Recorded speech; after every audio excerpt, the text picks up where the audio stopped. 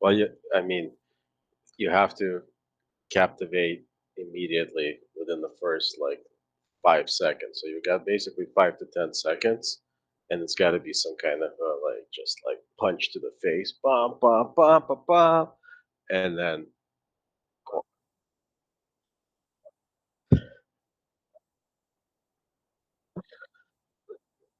I mean, no, there's nothing apocalyptic here. This show is about long term crypto sound investing That is correct. All right. and figuring out what it is that we're doing with our money and trying to find reasons why we're wrong. Right.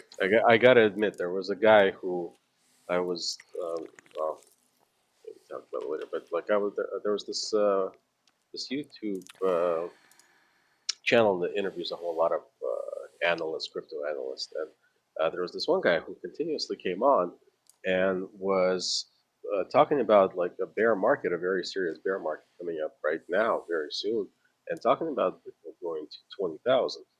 Mm. And I remember reading the comments, how they were pretty much mocking this guy. It's like, it's always 20,000. This guy. And at some point, I started to feel myself kind of like that.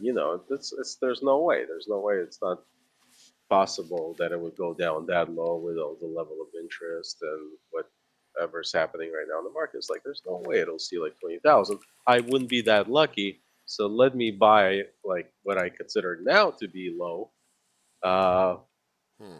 because I'm probably never going to see a 20,000. But he was talking about 20,000 in particular, which we're still not out of those woods yet. Right. Um, Even after a bounce back up to 31,000 yesterday, uh, which I now know why we were sitting here watching the market drop. Remember the other night? We Yeah. were basically like watching live as it was tanking to 25,000, right? Yep. Yep. Yeah, it was the unpegging of the of Tether. Were you aware of that? I remember that. Yeah. Yeah. Yeah. Well, so it was the Luna thing was playing out, but because of Luna, Tether was being uh, depegged. So right as we logged off, I went on Twitter and started looking at like crypto crash hashtag crypto crash and sorted on the most recent. And all of a sudden, people are like, "Oh, great! Now Tether is being affected as well, or Tether is depegging." And if you take a look at actually like Tether stock or Tether chart, you'll see that as we were talking, Tether was going to 95 cents. Like first time, I don't know, ever. I'm not sure. Probably not. There's probably more volatility in the beginning of it, but it was going to 95 cents. And as Tether was going to 95 cents, Bitcoin was going to 25,000. Hmm. And because Luna was dumping, Luna was creating the big fucking Luna crash, but it was already kind of post Luna because at that point, remember, Luna was still in what is now considered to be its high, its Wait. expensive state with 15 You cents, was it 20 you cents? you mentioned Tether. You're Yeah, referring to UST, right? no, no, Tether also was affected by this. I didn't know that. USDT, yeah, Really? USDT. Mm. Yeah, if you pull up USDT chart, you'll see what was going on. Um,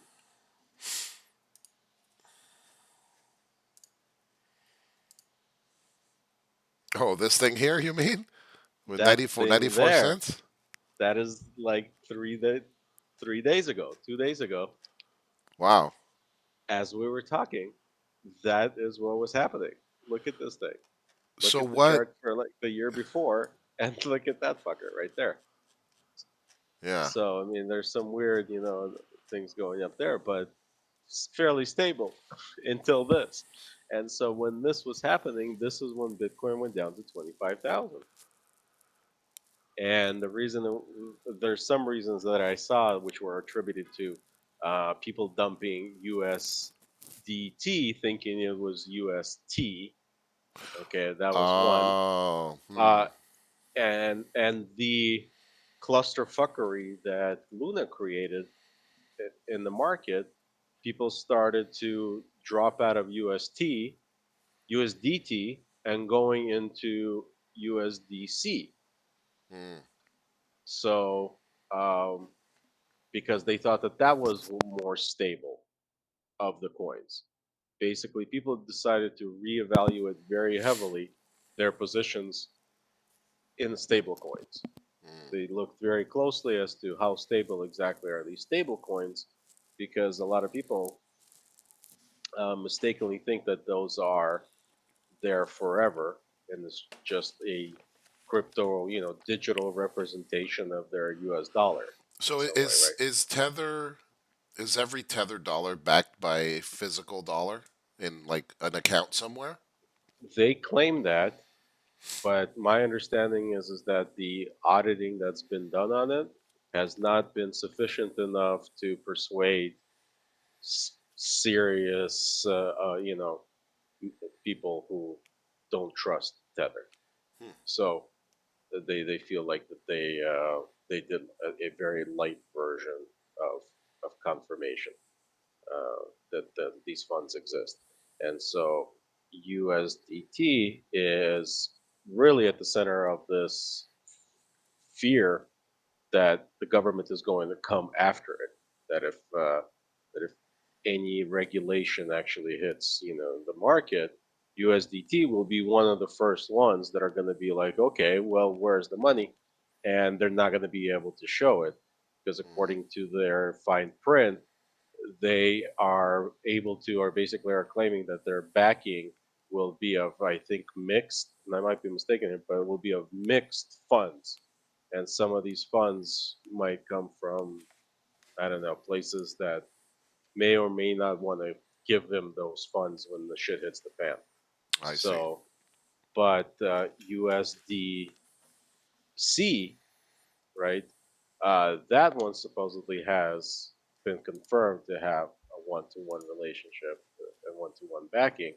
So people started to reevaluate their stable coins and started to dump USDT in a heavy enough number that it went to 95 cents and was putting people into some serious concern. Um, and so Bitcoin was going down as well because people were just like, "Fuck this place." um, so we had a really, really now Bitcoin went down. We saw 25,000, right? 25,000, 25.6 or something, right? Like it was somewhere in the mid 25s. Um, very briefly, and as you can see, it dipped down there as a result of this major clusterfuck, which looked like a potential major black swan event coming because as Tether over here crashed like Luna, it would have absolutely destroyed this market. We would have all had to have been holding our Bitcoin in a cold wallet, cold Yep. storage, or else Yep. you'd be losing Bitcoin. You know what I Yeah, mean? absolutely. would Absolutely. be would be getting liquidated, or Coinbase would say no more. Some of the other exchanges would pause. You can't have anything. Don't touch it. And who knows? All the fine print of all of the most of the entities that we're dealing with when it comes to crypto here is most of the fine print is already saying that when it comes time, when shit hits the fan and it's bankruptcy or the government or this and that, your stuff is basically really not your stuff anymore, Yeah. and we're gonna try our best to give it back to you. But if we don't, our bad because we don't even have it ourselves anymore because we loaned it out. Hmm. So um, Well, it's I don't know if you saw the latest video from the Trader U about Chainlink. yeah, So I didn't know this, but yeah, this Chainlink is like the New World Order, um, one of their preferred cryptocurrencies apparently, according to the what is that thing? The Schwab guys organization. What's that thing called? Anyway, apparently they mention it in their on their website Uh, as yeah, yeah, they're gonna be using. Uh, well, I mean, how can they not? Like, uh, Chainlink is, I mean, it's the thing that gets you real world data. right. Uh, The oracles, and yeah, and these oracles, like, they're not there aren't as many as it would be preferred. But all of this is just a science experiment. He Trader, he's very conservative. There isn't anything else that you'll ever hear him go, "Oh, this other stuff is also good." yeah, No, it is Bitcoin across the board, and I don't disagree with him. But what I'm doing is a little bit different than what he's saying. I'm taking a higher risk to right, potentially get a higher reward in US dollar by taking positions in Ethereum and Solana and a little bit in Chainlink and Matic. And right now, 1 penny in Luna. Uh, so all around, I'm putting money there because they are fastest runners or mm, faster runners. And it's just that's more of a shorter term financial gain opportunity, which I will hopefully be able to not only materialize, but also then convert to Bitcoin when it does materialize. So when I do make the big profits at the end of the next bull run in those particular holdings, in which again the vast majority is Bitcoin, then the next one will be Solana and Ethereum, and both of those combined make up about 30%. So basically 70%, if not more now, for me is Bitcoin, and then the Matic and Chainlink is also like there's like right now about 3 or so grand combined there, but not very much. So Bitcoin, Ethereum, and Ethereum, I'm also concerned. Ethereum with this whole Ethereum yeah, 2.0, and yeah, it keeps being pushed, and the fact that everybody's using Ethereum right now, that will continue to stay on. I don't know if Ethereum 2.0 will survive or come into play, or I don't know if that fork will work. Who knows? But Ethereum 1.0 will definitely be around for quite a while, and is still the Wait, second best. Ethereum 1.0 will continue after they switch to proof of stake? Hmm. Yeah, Really? it's a fork. You're going to be able to convert your Ethereum from one to the other.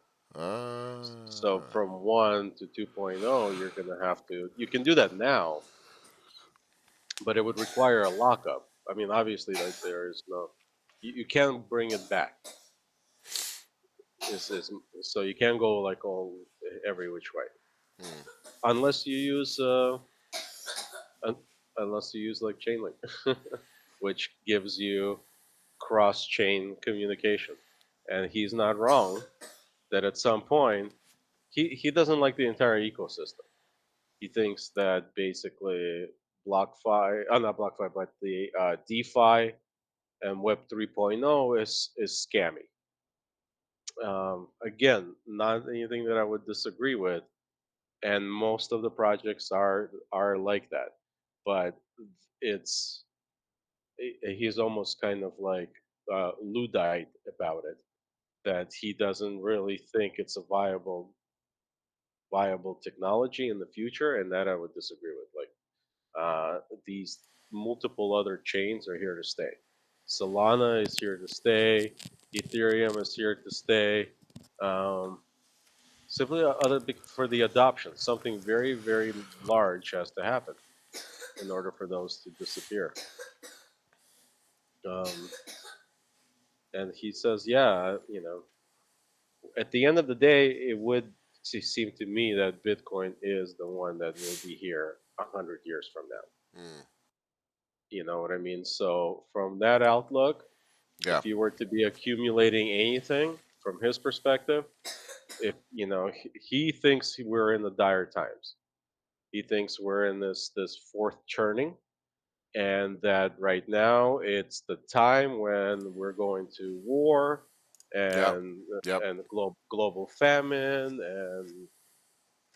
uh and and sadly what we have happening right now globally with these these artificially created feels to me that artificially created pandemics and wars and now going to be potentially famines with lack of food in Ukraine and the fertilizer and all of these things that Yeah.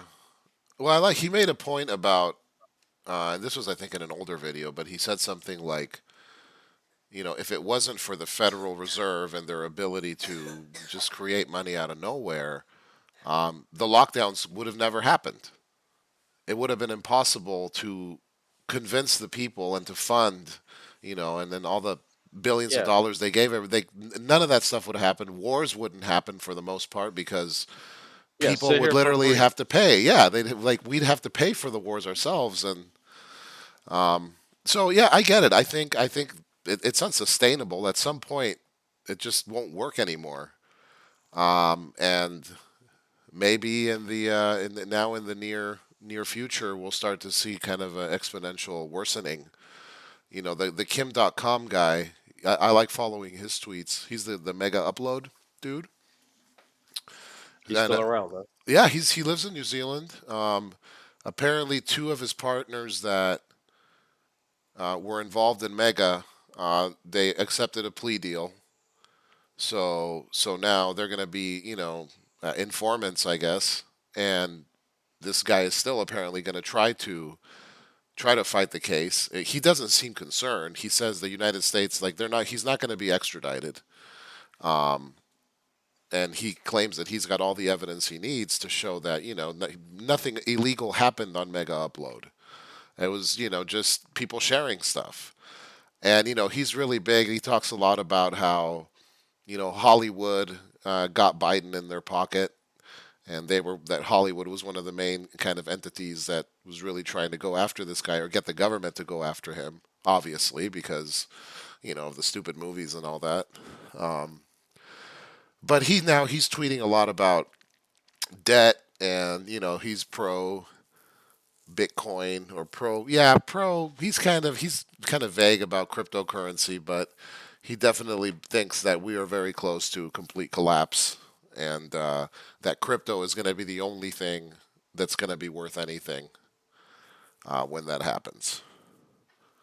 And I think, yeah, particularly Bitcoin, because the more you think about it, it's like it's the only one that really is decentralized and kind of the original one.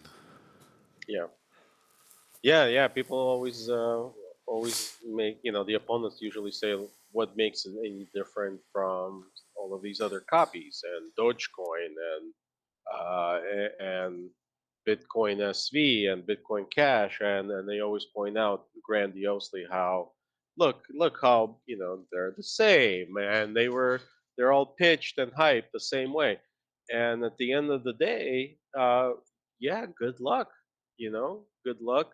Bitcoin what 2.0, whatever the hell you want, copy of Bitcoin, Doge, Schmodge, good good luck. Good luck in surviving. Good luck getting the mass adoption. Good luck becoming a multi billion, the $1 trillion entity. Hmm. Good luck getting 80, some million people to use it globally.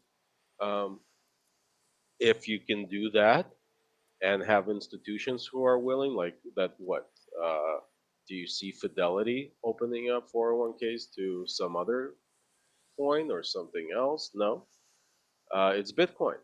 And it's mass adoption and first comer, kind of first one there, first adopted.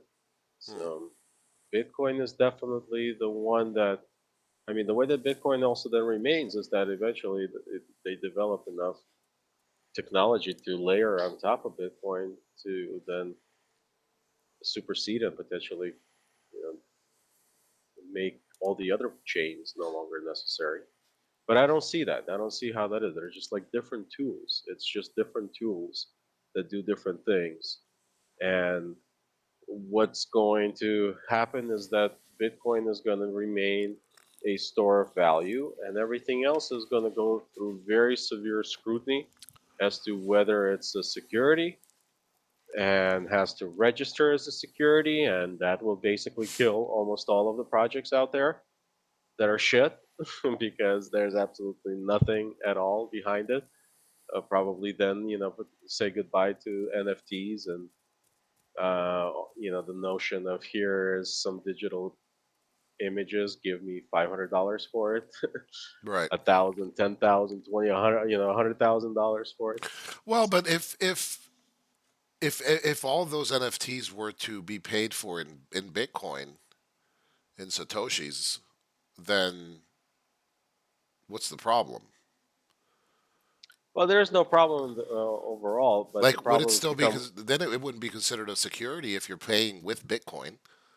yeah, it becomes security because these fools start to, or they start to get yield, they start to be able to loan them, they start to be able to Mm, um, do all kinds of financial maneuvers that typically like the payout yields and dividends, and things that pay out yields and dividends uh, have to be certified in a more aggressive way in order to prevent scams, mm, right? So it's a balance of let me do what I want to do, and we're gonna need some regulation in order to keep grandma safe. mm, And so, as crypto enthusiasts, we kind of do want to meet somewhere in the middle because I've been rug pulled. I've been, inside the deep end of the garbage side of crypto. Right? There's probably a lot of people who've been part of victims of new coins, new pump and dump schemes, all kinds of weird.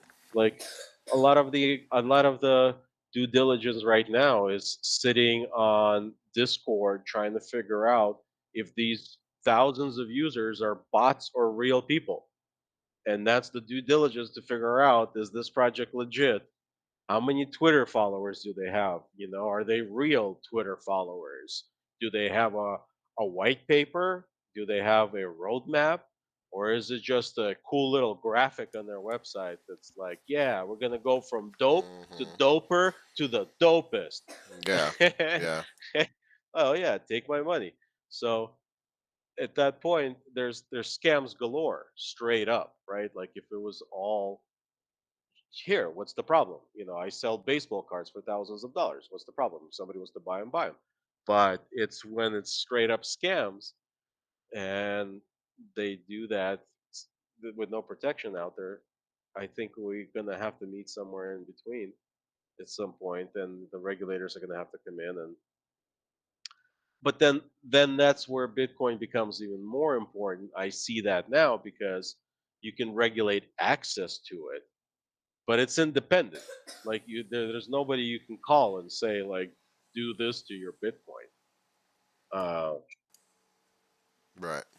you can call Vitaly Buterin and tell him, "Hey, buddy, we're gonna arrest you if you don't comply in this way or that way."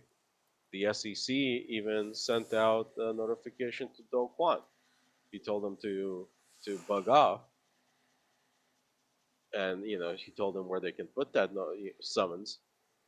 But Mm, they can summons, they can threaten with penalties, and even more so, when you got these overseas people who maybe will be outside of the jurisdiction of the United States, but also outside of the protection of the United States, in the sense that, yeah, you might not be regulated in South Asia, but there somebody could visit you in the middle of the night and say, hey, guess what? Tomorrow you're doing this and that, or else your family's getting chopped up. So you don't yeah, want a leader necessarily. You don't want like some kind of a central point of failure. A um, Bitcoin can't be regulated. It can't be. it can be really messed with. You can mess the on ramps. You can mess with the yield generators. You can mess with stakers, validator. You can mess with Bitcoin, right? Yep. So Bitcoin will remain store value, will remain property. Everything else is going to get some kind of a scrutiny of the regulators, and then become either some type of they're going to have to go to court, and that will wipe out a lot of projects and probably will move money. I don't think it's going to move money out of the crypto. It's going to move money to Bitcoin. So basically, how we have the Bitcoin dominance and how it fluctuates between Bitcoin and altcoins, it's just going to force itself into Bitcoin because Bitcoin will be the clear, they're not going to touch it. They can't touch it. Yeah. Yeah. I see that now kind of situation. Is it really low quality for you? For me, it's like very pixelated. Oh yeah, it's gonna look terrible over the Hangout. But what I'm recording is 1440p, so it looks super sharp on my end. It looks like awesome. Once it's on YouTube, you'll Yeah, see it'll and look much better. my camera's 1080p, but for me right now, it looks like complete like trash. Very pixelated. So Yeah, and actually, so um, I'm gonna stop the recording here and then we'll continue. But I don't wanna I have to upload too long of a video for this first one. So we are